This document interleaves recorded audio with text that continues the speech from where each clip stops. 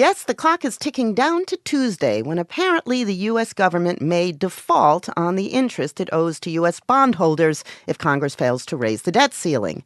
President Obama and House Speaker John Boehner engaged in dueling debt speeches last Monday night, each asserting that the other guy's party was to blame for putting the country in peril. Much of the coverage gave the speeches equal weight, suggesting both arguments were of equal veracity.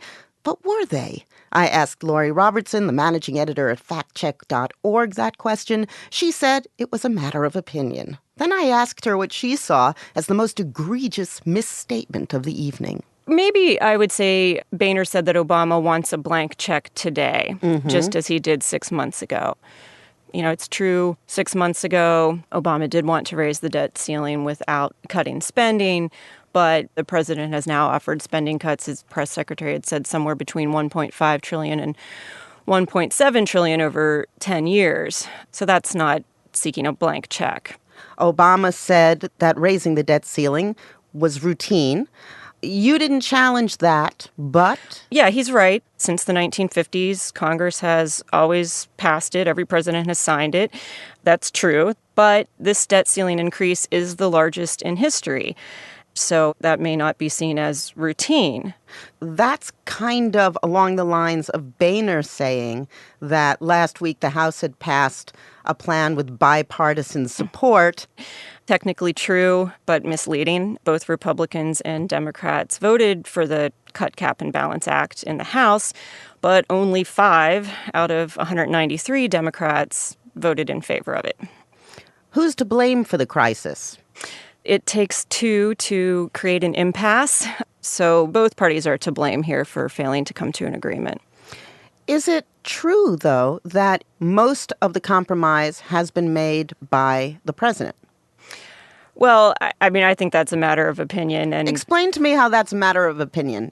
Obama has been willing to cut a huge chunk of the money going out for a smaller percentage of money coming in. The only thing that the Republicans have supported is cutting the money going out, right? Yeah, I guess that's correct. It's hard for us to say, oh, somebody's blocking this more than the other. We're not privy to these meetings either. I didn't mean to back you against the wall, but I have to say, if you guys aren't going to be unmealy-mouthed about this, then who will be? Well, it's not that we're being mealy-mouthed. We just say constantly in our stories that we don't take an opinion one way or the other. A lot of people, particularly during the presidential campaigns, will ask us, well, who lies more? And can't you give me a ranking on, who's the most truthful politician? And first off, we don't want to look like we're endorsing someone, so we don't want to do that. But we're going to tell you what we found. And if we found it to be horribly misleading, maybe you didn't. But we're going to lay it out there, and readers are going to have to make those decisions for themselves. Lori, thank you very much. Thank you. Lori Robertson is managing editor at factcheck.org. In a recent New York Times column about the coverage of the debt ceiling crisis, Paul Krugman was not reluctant to call out the press for failing to communicate what he saw as the dangerous intransigence of the Republican position. He wrote, quote, "What all this means is that there is no penalty for extremism, no way for most voters who get their information on the fly rather than doing careful study of the issues to understand what's really going on." Ryan Chittum addressed the would-be objective reporter's conundrum in a recent post on CJR.org. We do have a problem with dealing with extreme positions. Sometimes we just ignore them, and other times when they clearly have an impact, we just don't know how to tell our readers that this is crazy, that people are willing to sink the credit of the United States government. So are you saying it's all the Republicans' fault? No, I'm not saying that at all. Harry Reid, he could have raised the debt ceiling when Democrats had control of Congress. He wanted the Republicans to share the political blame for it. That was a political calculation that backfired pretty spectacularly, and they bear responsibility for that, for playing politics. But the closer you get to D-Day, the bigger the chance that it will spiral out of control, and I think that's what's happened here. The Democrats miscalculated, and the Republican leadership has too, but the responsibility there is not equal. when you're talking about making a political calculation 8 months ago versus 8 days out, they're two different stories.